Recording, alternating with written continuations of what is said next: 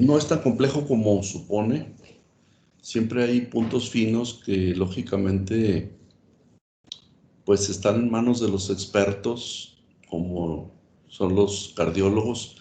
Y todavía dentro de la cardiología existe una rama de reciente desarrollo, no de reciente nacimiento, de desarrollo muy intenso, que es el de la electrofisiología.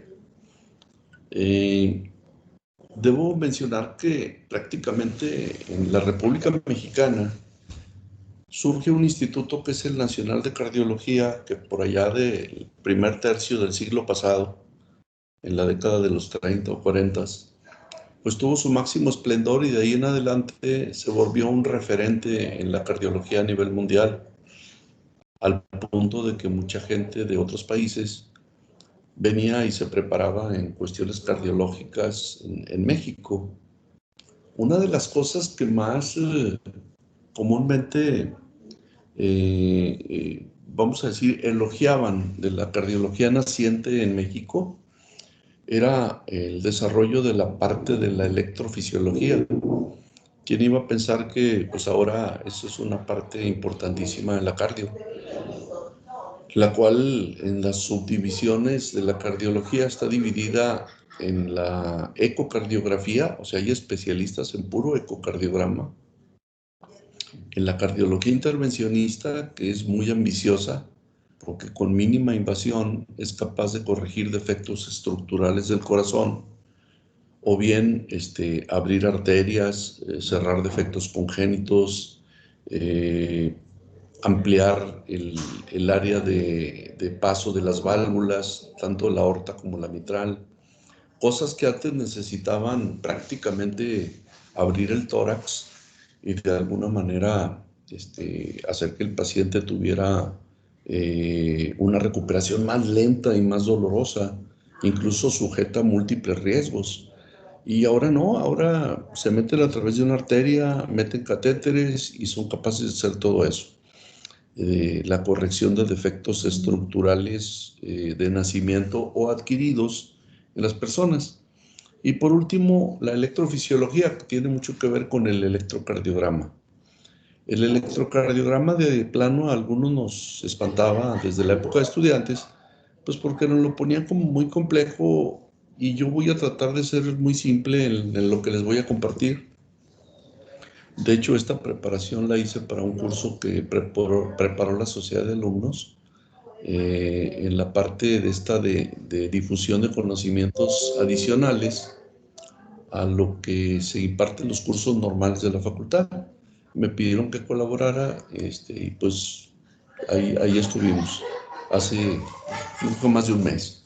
Esto pues lógicamente se lo voy a compartir ahora a ustedes y nos vamos a ir a un buen ritmo, despacito, y aquí les voy a mostrar la agenda. ¿Sí se ve la proyección? Sí, doctor. Sí, doctor. Sí, doctor. Bueno, si ustedes se fijan en el título, dice Interpretación electrocardiográfica de las patologías cardiológicas frecuentes. Porque lógicamente dentro del perfil de preparación de un médico general es importante que por lo menos se sepa interpretar este tipo de cosas. Entonces, voy a ampliar ya la pantalla y hacer la proyección porque empiezo con una serie de agenda y de generalidades. En primer término, vamos a hablar de generalidades con respecto al electrocardiograma, que yo creo que es lo que nos va a ocupar el día de hoy. Luego sería la morfología de hipertrofias, los trastornos de conducción, la cardiopatía isquémica de la que pues hemos hablado de los fundamentos y por último los trastornos electrolíticos. Estos últimos frecuentemente pasan desapercibidos porque nunca se revisan así a conciencia cuando uno está estudiando.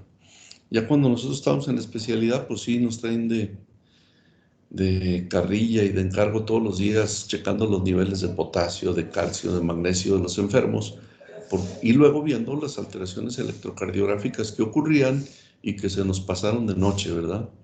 Pero bueno, a nivel de estudiantil creo que podemos dar algunos tips de algunas cosas que pueden, incluso a nivel de especialistas, pasar desapercibidas. Como consideraciones muy importantes, el electrocardiograma, lo cual se abrevia con EKG o SG, es solo un auxiliar diagnóstico. Fíjense cómo se los pongo en rojo y subrayado. Es decir, a mí me pueden prestar como un ejercicio de interpretación un registro de electrocardiograma, pero eso no quiere decir que, que en cierta forma sea lo principal. Lo principal es que yo interrogue y explore a un paciente y que yo esté a la espera de la toma de un electrocardiograma para confirmar lo que pienso de la probabilidad diagnóstica de un paciente. Este segundo punto dice, el electrocardiograma se lee y en forma sistemática se deben establecer todas las determinaciones que abajo se están estableciendo, pues. Pero, por ejemplo, el electro al decir se lee, ¿qué quiere decir? Muchas veces desplegamos un electrocardiograma cuando es una tira de un solo, de una tira de un solo canal, que es un electro que a veces mide más de 2 metros, y las otras, pues vemos una hojita tamaño carta que se llama electrocardiograma de 3 canales y en la cual aparecen todas las derivaciones en un pequeño segmento. Pero nos llama la atención algún tipo de morfología anormal del electro y nos olvidamos de hacer todo un proceso sistemático de lectura del trazo electrocardiográfico. Entonces, al decir se lee, ponerlo en rojo y subrayado, quiere decir que yo no me debo brincar pasos en la interpretación del electro. Y esos pasos son la determinación del ritmo, de la frecuencia cardíaca y del eje eléctrico principal. Eso es importantísimo y ahorita vamos a ver en qué se aplica. El segundo paso sería medir todas las ondas y segmentos del electrocardiograma, porque solamente eso permitirá efectuar ciertos diagnósticos que con la sola medida de los segmentos como el PR, la duración del QRS o el QT, sí, que ahorita les voy a decir en qué consiste cada uno de estos, podemos establecer diagnósticos de presunción de alteraciones por intoxicación farmacológica o por deficiencias electrolíticas. Y por último, debemos establecer criterios de patologías muy salientes como las hipertrofias de cavidades, los trastornos de conducción y los criterios de isquemia, que de hecho en la agenda señalaba que sería uno de los principales objetivos, el saber reconocer ese tipo de problemas. Bueno, el electrocardiograma es un registro gráfico de las corrientes del corazón. ¿Y qué son las corrientes del corazón? Ya dijimos, y ustedes lo saben desde la anatomía y la fisiología, que el corazón es una masa muscular dividida en 4 grandes cavidades, 2 superiores más pequeñas que son las aurículas y 2 inferiores que son los ventrículos. Los límites de división de las mismas están establecidos por unas válvulas que permiten el paso de sangre en su momento y después evitan que se regrese cuando ya se logró el paso de sangre de aurículas a ventrículos y cuando la sangre va a salir desde los ventrículos hacia la aorta en el lado izquierdo o hacia la pulmonar en el lado derecho. Pero ¿qué particularidades tiene este músculo que constituye el corazón? En primer término, es un tejido muscular hueco de 4 cavidades con un tipo de músculo especial que, aunque histológicamente corresponde a un músculo estriado, pues es también un músculo que está dividido en forma reticular o de red, denominada sincitios, que eso quiere decir. Y eso permite que el corazón, al momento de tener una contracción, la contracción no es una función autónoma, la contracción viene derivada de los cambios electrolíticos que ocurren a nivel de intra y extracelular, y eso es lo que hace que se genere un potencial de acción, y los potenciales de acción se ven traducidos en una actividad que es la contracción del músculo cardíaco. ¿Por qué el corazón tiene actividad eléctrica y por qué se contrae? Dentro de toda la masa muscular que compone el corazón, existe un tejido especializado que se denomina tejido de conducción eléctrica. También son células musculares, pero tienen potenciales de acción distintos dependiendo del sitio en que las exploremos y las analicemos desde el punto de vista fisiológico. Existe una zona de alta sensibilidad para el impulso eléctrico porque desde aquí nacen los latidos del corazón, que es el llamado nodo sinusal. De este nodo sinusal surgen los estímulos, se difunden a manera en las aurículas de ondas de difusión eléctrica, ¿sí? Que hacen que las aurículas se despolaricen. Y lógicamente que esos ondas de despolarización son comparables con lo que ocurre, por ejemplo, cuando lanzamos una piedra en un río, ¿no? O sea que también se genera una onda de expansión que se va ampliando hasta que se pierde. Bueno, así es como se despolarizan las aurículas. Después de la despolarización auricular, se establece un relevo de la conducción del estímulo eléctrico y que pasa del nodo sinusal al nodo denominado AB. Este nodo auriculoventricular, ¿sí? Tiene un potencial de acción diferente y empieza a disminuir la capacidad de excitación del músculo que está por debajo de él. Podríamos decir a grandes rasgos que la mitad superior del corazón, que está constituida por las aurículas, son tejidos altamente excitables, ¿sí? Mientras que en la mitad inferior, los potenciales de acción que se manejan en el músculo cardíaco son de menor excitabilidad. La naturaleza así lo determinó para que cuando surjan alguna serie de estímulos anormales rápidos y arrítmicos desde los aurículas, pasen por este proceso de filtro a través de este tejido de conducción y los trastornos que se generan anormalmente en las aurículas no todos tengan paso libre hacia el ventrículo, o sea, no sería un caos. Entonces, del nodo AB que actúa a manera de filtro, el estímulo eléctrico se va a conducir hacia las ramas derecha e izquierda de un haz que se denomina haz de His. Este haz de His, en la subdivisión de las ramas, en la rama izquierda va a tener dos subramas, una rama anterior y una rama posterior. En cambio, del lado derecho solamente es una rama. Y las últimas fibras que se desprenden de este tejido especializado de conducción nerviosa y que llegan a los puntos últimos del miocardio son las denominadas fibras de Purkinje. Bueno, pues esto es un recordatorio muy rápido y muy somero de algo que seguramente ya vieron a nivel de anatomía y de la fisiología. De no ser así, díganme si todo se entendió o si hay alguna cosa que no haya sido comprendida hasta ahorita. No, Todo sí, se- claro. ¿Vamos bien? Sí. Sí. Bueno. Sí, doctor.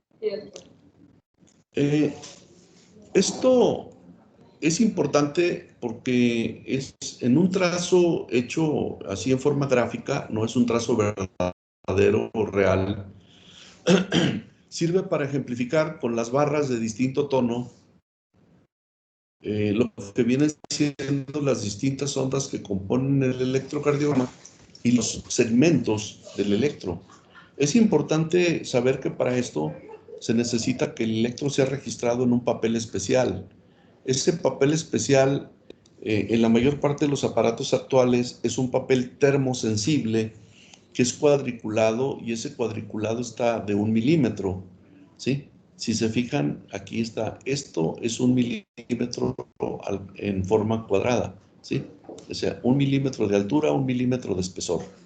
Entonces, cuando nosotros, el electro va a tener en la tira algunas marcas cada 5 milímetros, por ejemplo, ¿sí? Y esto va a servir como patrón de referencia para establecer medidas de las ondas y segmentos. En la mayor parte de los aparatos electrocardiográficos que actualmente existen son de tinta.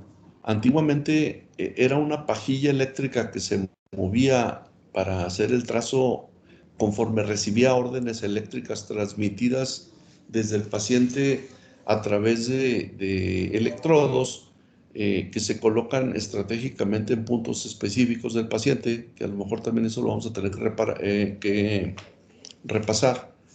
Y luego se obtenía esta gráfica con una pajilla termosensible que cuando no lo sabíamos y queríamos, se atoraba la pajilla y la queríamos mover con el dedo, teníamos unas tremendas quemaduras, porque la pajilla era termosensible, porque el papel era un papel especial encerado, en el cual se inscribían las modificaciones eléctricas que provocaban ondas positivas por encima de la línea isoeléctrica y ondas negativas cuando son líneas que se inscriben o trazos por debajo de la línea denominada isoeléctrica.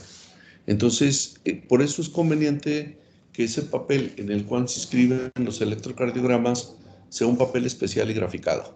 Aquí tengo que decir que los nuevos aparatos que ya no son de pajilla caliente, sino de tinta, pues no ocurren las quemaduras que accidentalmente nos pasaban a los que manejamos equipos viejos. Pero lamentablemente a veces la falta de papel especial, a mí me tocó trabajar con muchas carencias cuando yo estuve en mi época en el IMSS, hasta hace 5 años, cuando no había ni papel de electro y teníamos que meterle hojas Bond, en las que pues, lógicamente que faltaba el cuadriculado y ahí andábamos con reglitas haciendo las medidas de todo esto. Bueno, pues aquí están señaladas la onda P, que corresponde al estímulo de contracción de las aurículas. Luego sigue el segmento PR, que es desde el nacimiento de la onda P hasta el nacimiento de la estimulación de los ventrículos, este espacio. Luego sigue el complejo QRS, que si se fijan es este. ¿Sí?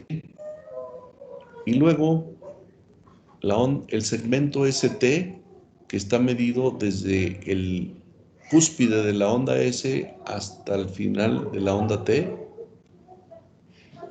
Y por último, la onda T.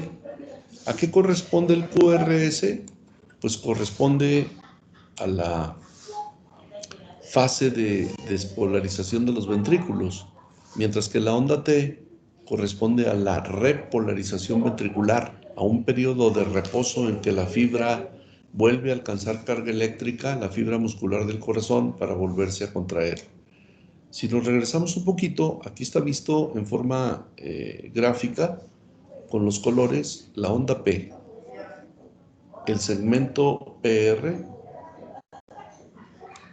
el QRS, que es desde aquí hasta aquí, el QT, que es desde el nacimiento de la onda Q hasta la finalización de la onda T, como aquí está señalado, y de a veces aparece una ondita que generalmente no se alcanza a inscribir más que cuando existen alteraciones electrolíticas, que es la onda U. Si nos vamos a las medidas de las ondas y segmentos, son muy importantes. Yo les digo que la onda P, para que se acuerden, son como las calificaciones de la primaria, ¿no? De 6 a 10, los valores de medición dentro de un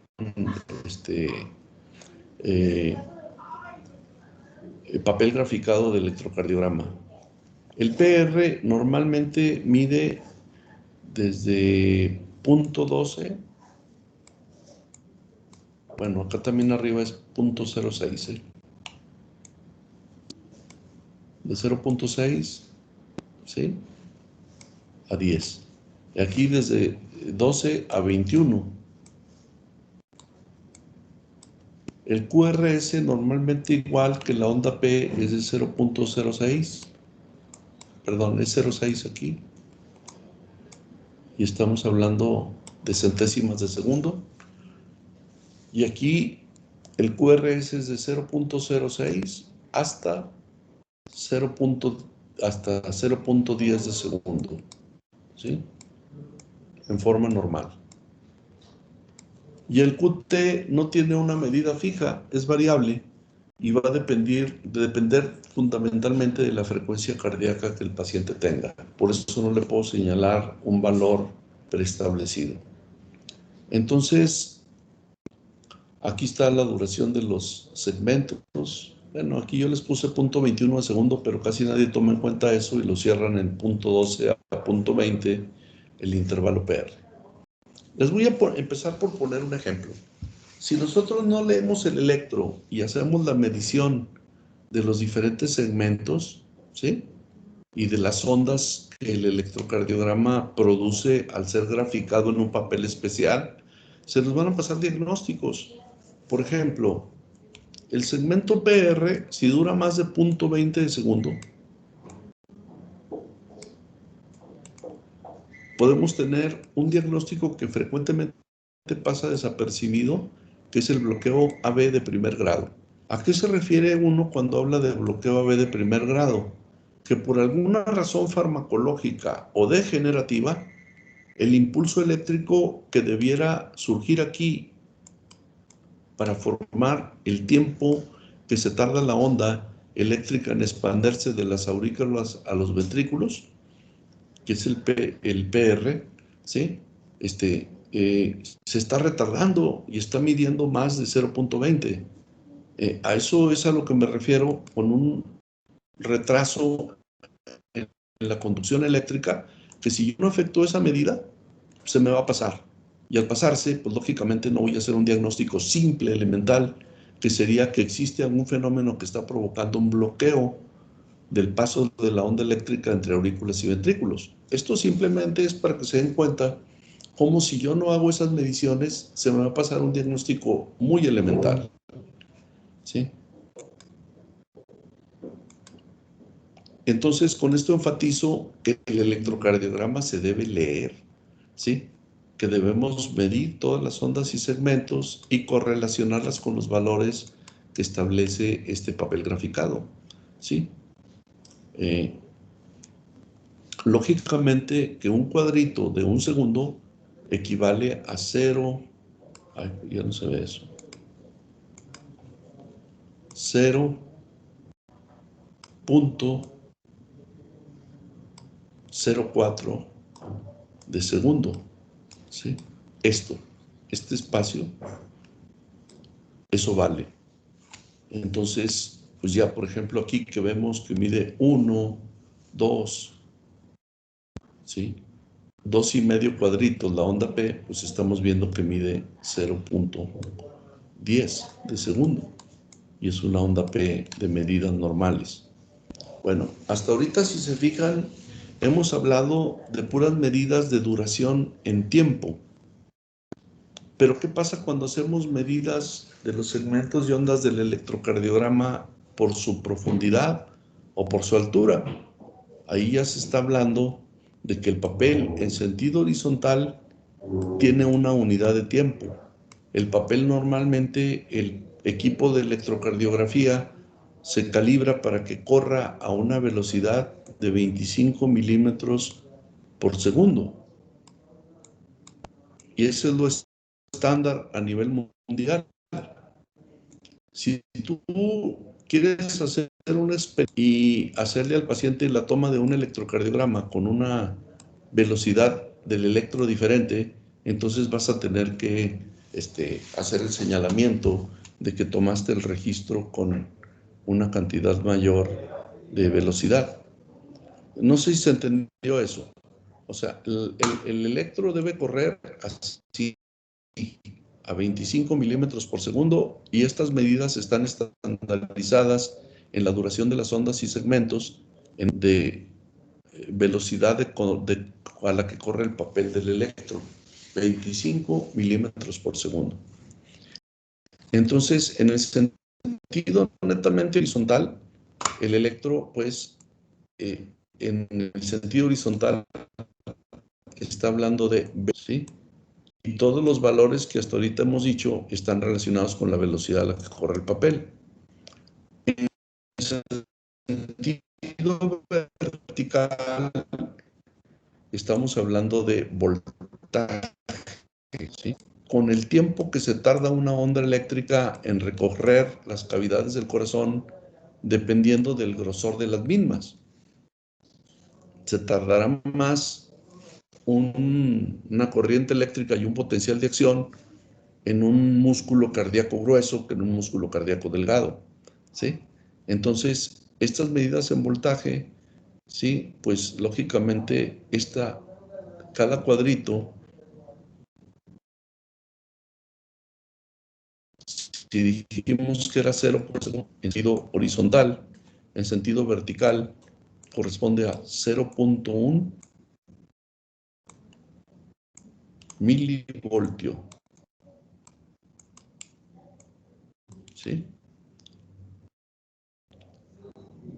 Esa medida luego no se toma tan en cuenta debido a que existen muchos factores corporales que pueden hacer que se modifique. ¿Se acuerdan cuando hablamos del enfisema en los pacientes con enfermedad respiratoria? Que dijimos que el corazón se volvía un corazón en gota y que se iba al centro del tórax, porque el tórax se deforma y se vuelve tórax ¿de qué tipo? En tonel. En tonel. Entonces el corazón se queda como una perlita o una gota colgando en el centro del tórax, muy lejos de la pared anterior. Y ahí se produce una interferencia de aire que no va a producir, a su vez, una traducción de un voltaje cuando le colocamos electrodos en la superficie del tórax. Otro factor en contra del tórax en tonel que separa el corazón de la pared anterior del tórax es la presencia de abundantes tejidos blandos. Entonces, un paciente que está muy gordito, pues también va a tener una interferencia eléctrica por la cantidad de grasa que va a hacer que los complejos luego no alcancen el voltaje de complexión normal. Entonces, en resumen, a grandes rasgos, se son de manera que pueda permitir con facilidad establecer las medidas de las diferentes ondas y segmentos. Segundo, la velocidad a la que corre el papel es esencial. Debe correr a 25 milímetros por segundo para que esas medidas que están estandarizadas, lógicamente, no se perturben, no se alteren. Si yo pongo a correr el papel a 50 milímetros por segundo, que es la siguiente escala, pues la onda P se deforma y se va a hacer así, más larga. Y si yo no me fijo que está a una velocidad diferente, voy a decir que es una onda P patológica, porque está demasiado prolongada en tiempo. ¿Se entiende? Sí, doctor. ¿Y cuál sería como la indicación para cambiar la Para velocidad? bueno, cuando los complejos están muy pequeñitos, tú le aumentas el voltaje y cuando a veces los complejos están demasiado espaciados, por ejemplo, en un paciente viejito, más comúnmente que en un joven con un bloqueo cardíaco, pues tienes que hacer un espaciamiento de la velocidad, hacerla más rápida para poder hacer un trazo distinto. Pero ahí tú le tienes que señalar que no fue accidental que se haya movido la velocidad de graficación del papel, sino que lo hiciste a propósito, ¿no? Y tú lo tienes que señalar. Ahora, yo aquí les estoy hablando de un electro común y corriente, del que se van a topar en todos lados. Ahorita los aparatos más modernos, pues ya traen una graficación que está antes de cada derivación, que dice así, por ejemplo, esto, y, y te dice, está calibrado a 1 milivoltio, ¿sí? O sea, así aparece una línea que te dice que está calibrado a 1 milivoltio, tipo rectángulo que no se cierra. Y luego te pone la velocidad en el papel, te la grafica, te la marca con letritas, ¿no? A 25 milímetros por segundo. Entonces, yo te estoy hablando de lo que pasaba frecuentemente con papeles antiguos y con equipos un poquito más antiguos, no todo el mundo los renueva, en los que no vienen esas medidas. Ahora, para acabarla de amolar, muchos de los aparatos electrocardiográficos modernos ya te sacan todas las medidas. Entonces ya no te hacen que leas y que tú tomes las medidas del electro, sino que hasta te las dicen. Cuánto mide la onda P, cuánto mide el QRS, ¿sí? Cuánto mide el QT, cuánto mide el PR. Todo eso te lo dan ya en una grafiquita. Yo creo que metiéndome en la mente de algunos de ustedes van a decir, entonces, ¿para qué estamos discutiendo esto? Bueno, primero no lo estamos discutiendo. Yo les estoy diciendo que de cualquier forma, cuando el papel no lo exprese, pues lo tenemos que medir nosotros, ¿sí?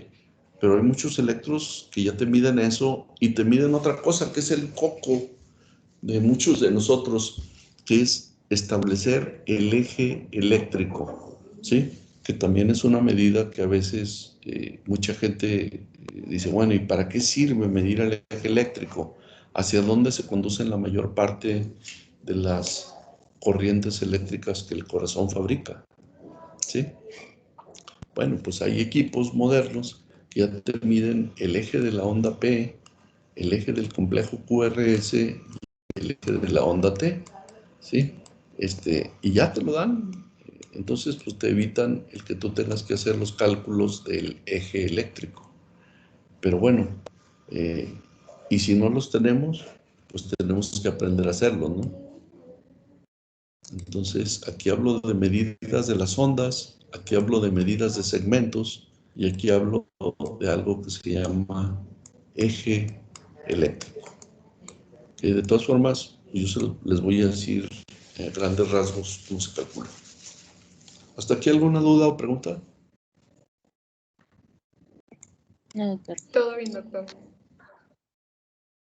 Bueno, entonces, el electrocardiógrafo, pues prácticamente todos los hospitales o pequeñas clínicas lo deben tener, porque si te llega un paciente a un servicio de emergencia, pues es uno de los aparatos que frecuentemente es utilizado en pacientes en estado inconsciente, en pacientes con dolor torácico, en pacientes con aumento de la frecuencia respiratoria, etcétera. En cualquier paciente que tenga algún tipo de anormalidad de esta clase que estás obligado a descartar, que no esté cursando con insuficiencia cardíaca, síndrome coronario, falla respiratoria aguda, etcétera, pues lógicamente que un aparato de electro debe existir ahí. Pero ¿de qué sirve que esté un aparato? ¿Tendrías que tener el aparato y el especialista para que lo interprete? Pues no, aquí viene la importancia de que ustedes se interesen por saber hacer por lo menos una interpretación de las principales alteraciones que surgen en el caso del electrocardiograma cuando se grafican las corrientes eléctricas del corazón. Bueno, hasta aquí, déjame ver qué continúa. Bien, dentro de las mismas generalidades, esta parte es muy, muy importante. Ustedes se acuerdan de sus cursos de física, ¿no? En la secundaria y en la prepa. Y si creyeron que al meterse en medicina no iban a ver cuestiones físico-matemáticas, pues luego se equivocan, ¿no? Porque aquí pues ya les digo que sí existen ese tipo de situaciones para poder comprender lo que pasa a nivel cardíaco en cuanto a la generación de electricidad por el movimiento de una fibra muscular, la colocación de electrodos en sitios específicos que nos permite traducirla en una graficación de las corrientes eléctricas y lógicamente que eso está dado por vectores. Los vectores cardíacos principales son los que se estudian a nivel del ventrículo. Esta figurita pues yo se las hice n número de veces cuando estuvimos viendo la semiología cardiovascular. ¿Qué se le puede estudiar a un vector cardíaco? Las cosas que se le estudian a un vector es la magnitud, es decir, a la hora que yo lo grafico, la magnitud de un vector va a ser el tiempo que se tarda una onda eléctrica en alcanzar su punto máximo y luego en caer. La dirección del vector, que también es importante, y eso la podemos saber hacia dónde se dirigen las corrientes eléctricas de un vector específico, dependiendo la zona en donde se obtenga la máxima positividad de un trazo eléctrico del electrocardiograma. Y la polaridad. La polaridad quiere decir si el trazo es positivo o si es predominantemente negativo, como ocurre aquí. ¿Sí? Este es positivo, acá es negativo. Entonces, si ustedes se fijan, pues los vectores son importantísimos. Y esto era justamente las cosas en las que más estaba avanzada la cardiología en México en la década de los 30 y 40 del siglo pasado. De ahí surgieron un montón de investigadores en electrofisiología, pero pues lógicamente que destacan los nombres de algunos que dejaron memoria por textos que escribieron de la vectocardiografía, ¿sí? Que en ese entonces se veía como algo muy experimental, la vectocardiografía,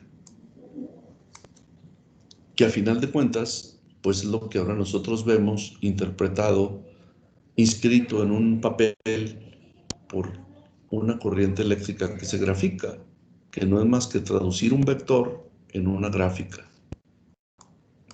Les voy a hablar ahí que existen grandes investigadores en el campo de la vectocardiografía en México, y de algunos conoces más a los familiares y descendientes que al propio investigador.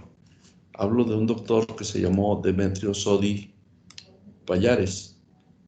Ese señor pues viene siendo pariente lejano, bueno, no lejano, sino antecesor de una artista de las que pues, ahora suenan mucho, ¿no? Esa Thalía, de la familia de Sodi. El doctor era Sodi Pallares, él fue de los que más estudió la vectocardiografía. Otro fue el doctor Enrique Cabrera. A mí me gusta señalar todas esas cosas porque nosotros nos empeñamos en aplastarnos entre nosotros como mexicanos y no reconocer a las gentes que por su trabajo pues tuvieron un desempeño notable que los vuelve históricos. El doctor Enrique Cabrera, el doctor Sodi, en su momento pues fueron muy reconocidos por sus descubrimientos, pero también pues como tenían ideas socialistas que en aquel entonces pues estaban muy en boga, pues también los empezaron a relegar. Y al punto de que a este señor, Enrique Cabrera, pues se exilió de México y resulta que primero hicieron un hospital con su nombre en un país fuera de México. En La Habana, en Cuba, se da un hospital que se llama Enrique Cabrera. Ya también hay uno ahora en la Ciudad de México, pero allá hubo primero un hospital que tenía el nombre de este señor, ¿sí? En donde pues le reconocieron ampliamente sus contribuciones en la interpretación del electrocardiograma a través de la graficación de los vectores. Cosa que se imaginan, un aparato de electrocardiograma en sus inicios ocupaba prácticamente lo que ahora pues sería pues, una habitación, como la oficina en la que estoy yo aquí. Eso era un aparato para registro electrocardiográfico, y al paciente le metían un pie en una tina con agua para desviar las corrientes eléctricas y hacer el papel de algo que le llaman tierra en electricidad. Ahora los aparatos del electrocardiograma son como un libro de texto de los gruesotes que ustedes pueden llevar, como el libro de farmacología, como el libro de fisiología, ¿sí? Pues, o como los dos textos de un libro de anatomía. De ese tamaño son los aparatitos de electrocardiograma.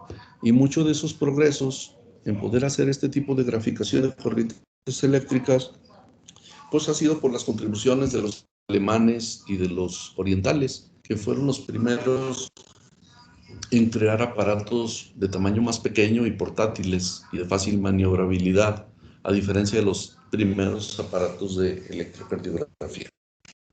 Pero todo este rollo sirve para decir que las corrientes eléctricas que les dijimos que se generaban desde acá, ¿sí? Van a tener que pasar por diferentes instancias de la aurícula a los ventrículos y entonces provocar la aparición de estos vectores que debido a su magnitud son más fácilmente graficables.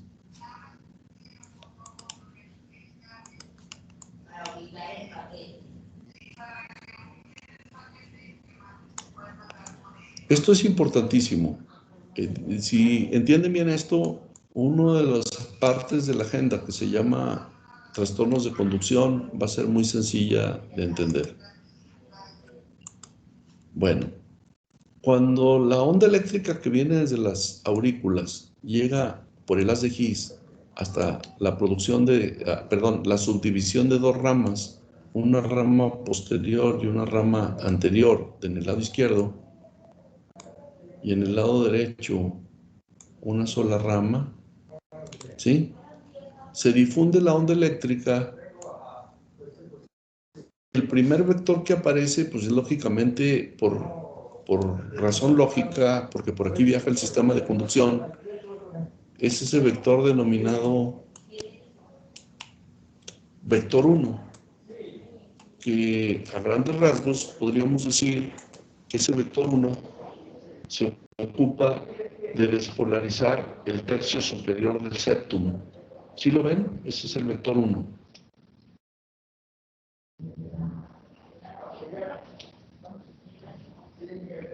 Pregunto.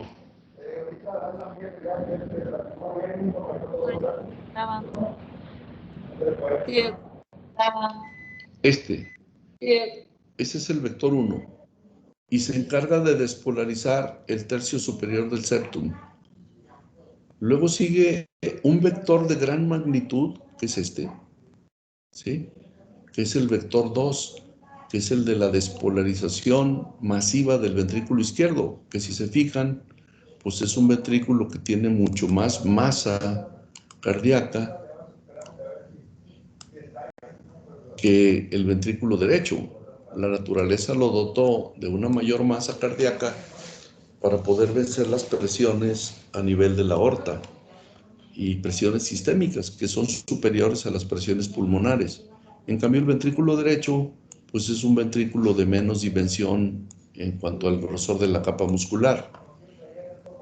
Esto, lógicamente, hace que el vector que representa la despolarización del ventrículo izquierdo, que a grandes rasgos es este, ¿sí? Ese vector o gran vector, que es la suma de muchos vectores pequeños de despolarización del ventrículo izquierdo, sea un vector más grande que todos, porque la masa ventricular que va a despolarizar, pues es una masa superior, ¿sí? En cambio, en el ventrículo derecho y en las porciones basales del corazón aparece un tercer vector, que si lo comparan en tamaño, en dimensiones, pues es mucho más chico que el vector del ventrículo izquierdo, pero más grande que el vector de despolarización septal. Bueno, hasta aquí me fui despacito. ¿Sí lo ven? ¿Sí diferencian que existen vectores que lógicamente tienen una magnitud distinta entre sí, que tienen una dirección distinta y que tienen una polaridad diferente? Al hablar de polaridad, pues la polaridad vista desde diferentes sitios va a ser distinta. Si yo aquí pongo un gran ojo que está observando los fenómenos que ocurren a nivel del ventrículo derecho, ¿sí?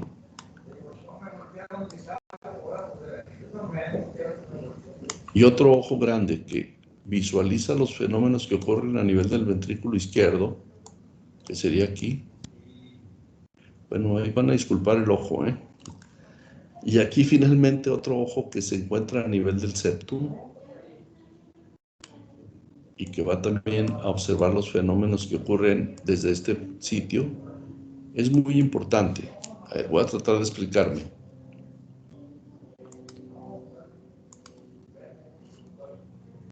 Perdón, ya borré los ojos.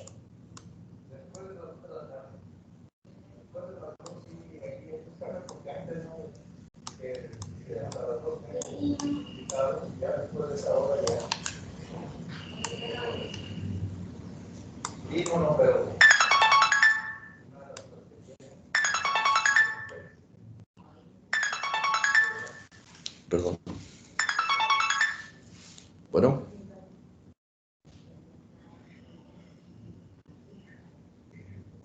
Me disculpas, te llamo ahorita, yo te regreso la llamada en unos 10 minutos, si estoy en clase. ¿Sí? Órale, sale. Bueno, entonces, si yo aprecio los fenómenos desde aquí, desde el lado derecho, el primer vector que voy a ver aparecer, como es lógico porque va descendiendo la corriente eléctrica desde las aurículas, es el vector 1. Y el vector 1, ¿sí? Es un vector que se acerca, visto desde aquí, desde el ventrículo derecho. Entonces lo voy a ver así, como un vector que se acerca. Y luego voy a ver primero los vectores de despolarización del ventrículo derecho porque estoy desde aquí. Y al final voy a ver los vectores de despolarización del ventrículo izquierdo. Entonces el ventrículo derecho, como es una masa ventricular más pequeña, se va a inscribir como un vector positivo, pero pequeño, ¿sí? Y luego la masa ventricular izquierda, que es una masa más grande, pues como es un vector que por polaridad lo positivo lo lleva en la punta y lo negativo lo lleva en la cola del vector, pues yo solamente estoy apreciando la cola del vector. Y entonces a nivel de V1 siempre se ve una onda S más profunda que la onda R. ¿Por qué? Porque lo estoy viendo desde este punto de vista, desde este sitio de ubicación del ojo explorador. Hagan de cuenta que este es un electrodo, ¿sí? ¿Se comprendió eso? Sí, doctor. Yo no tengo una Sí. duda en la despolarización de los, Una duda en la despolarización de los, ¿por qué la línea va hacia abajo? porque la línea va hacia ¿En el ventrículo derecho? Sí, No, es que mira, por ejemplo, si yo estoy viendo desde aquí, los vectores de despolarización del ventrículo derecho, que son estos, ¿se están acercando al ojo o se están alejando? Bueno, aquí lo dibujé así, pero en realidad pues, podría ser aquí, pues. se están acercando. Se están acercando, entonces la polaridad la traen adelante, la positividad, ¿sí? Si yo veo el vector del septum, la parte positiva la está asomando hacia el ojo que explora, en este caso el ventrículo derecho, ¿sí? El electrodo que ve el ventrículo derecho. Entonces, por eso aquí se inscribe la despolarización del septum al principio, que es esta parte, luego la despolarización del ventrículo derecho, que se suma en forma positiva, que es esto, ¿sí? Y al último, pues el ventrículo que está del otro lado, que es el izquierdo, el cual lo veo que se aleja en lugar de acercarse. Perdón. Bueno, diga.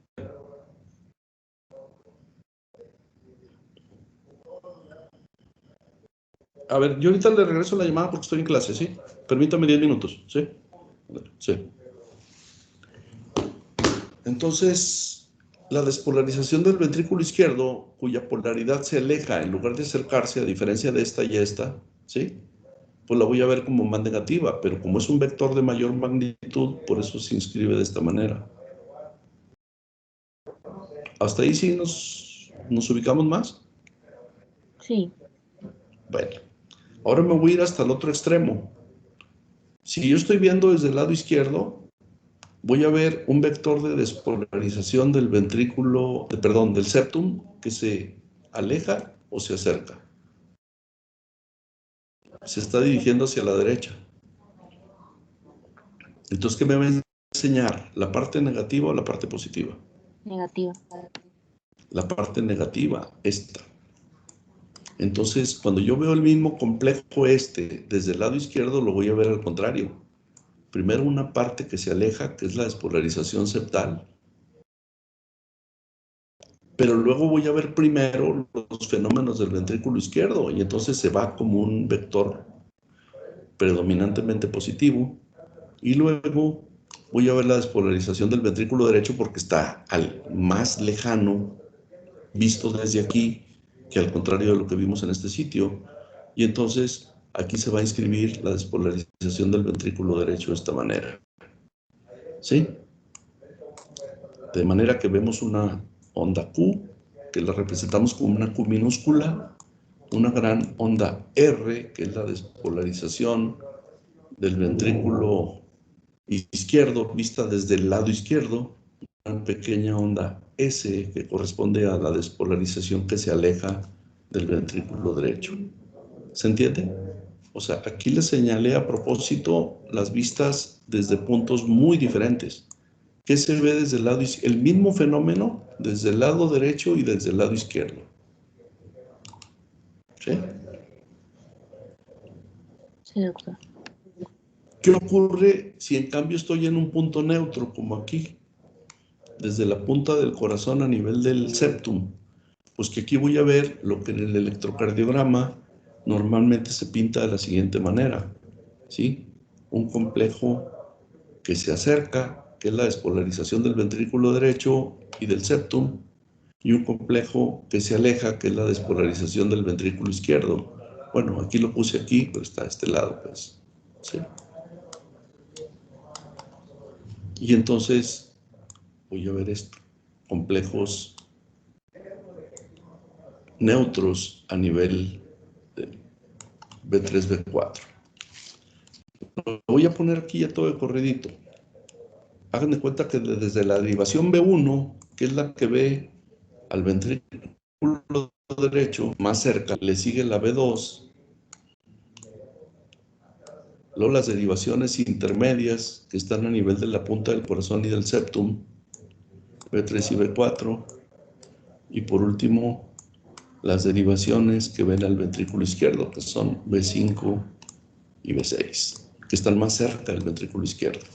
Y aquí vamos a ver que las derivaciones en forma normal, ¿sí? Es una onda R pequeñita que va a ir creciendo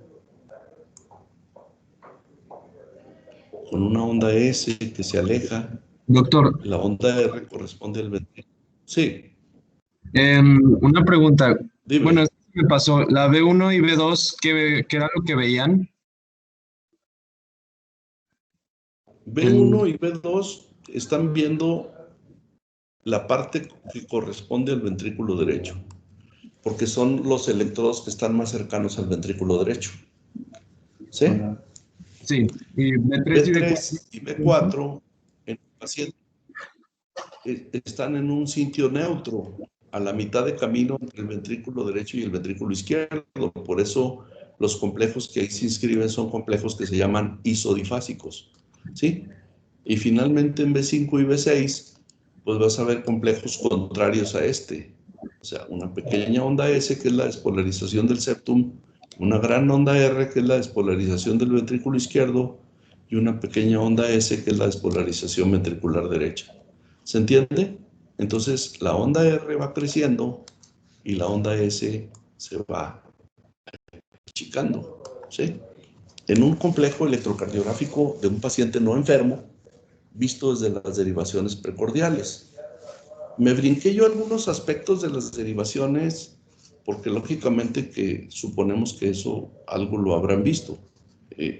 ¿Dónde se colocan los electrodos? Pues bueno, yo creo que vamos a tener que repasar eso con otras diapositivas, ¿sí?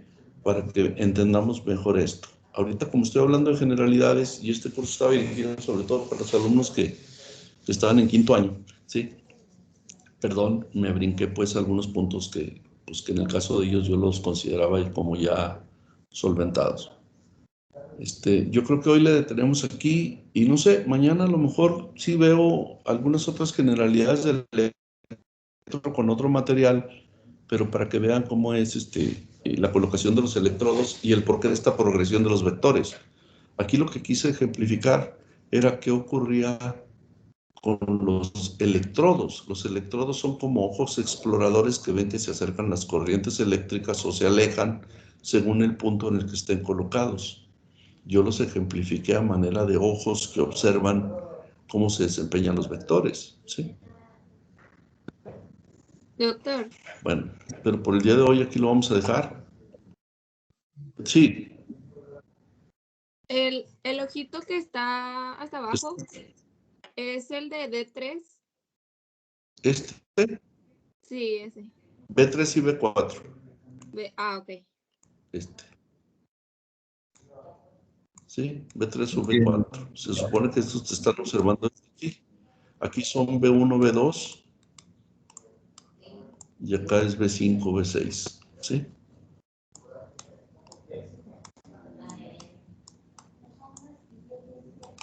¿De acuerdo? Entonces ahorita, doctor, solo estamos viendo precordiales. Sí, esas son las precordiales. Oh, ok. Ok. Muchas gracias, doctor.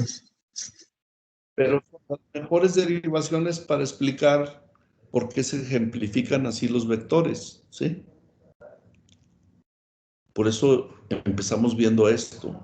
Es nada más para explicar los vectores. La teoría, que así se llamaba, teoría de los vectores, ahora es un hecho confirmado y ya no es teoría.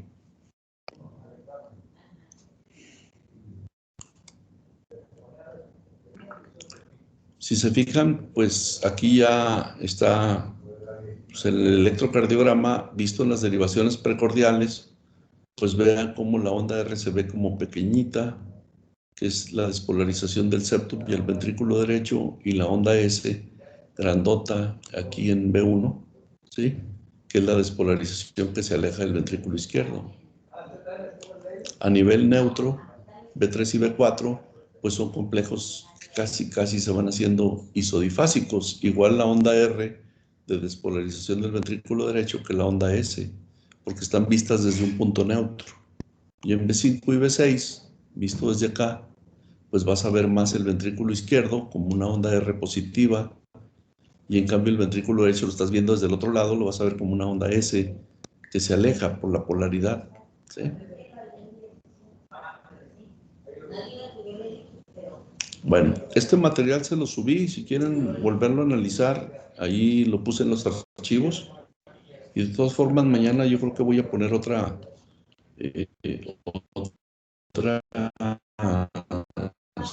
diapositivas de generalidades, porque son generalidades de lo patológico. ¿Sí?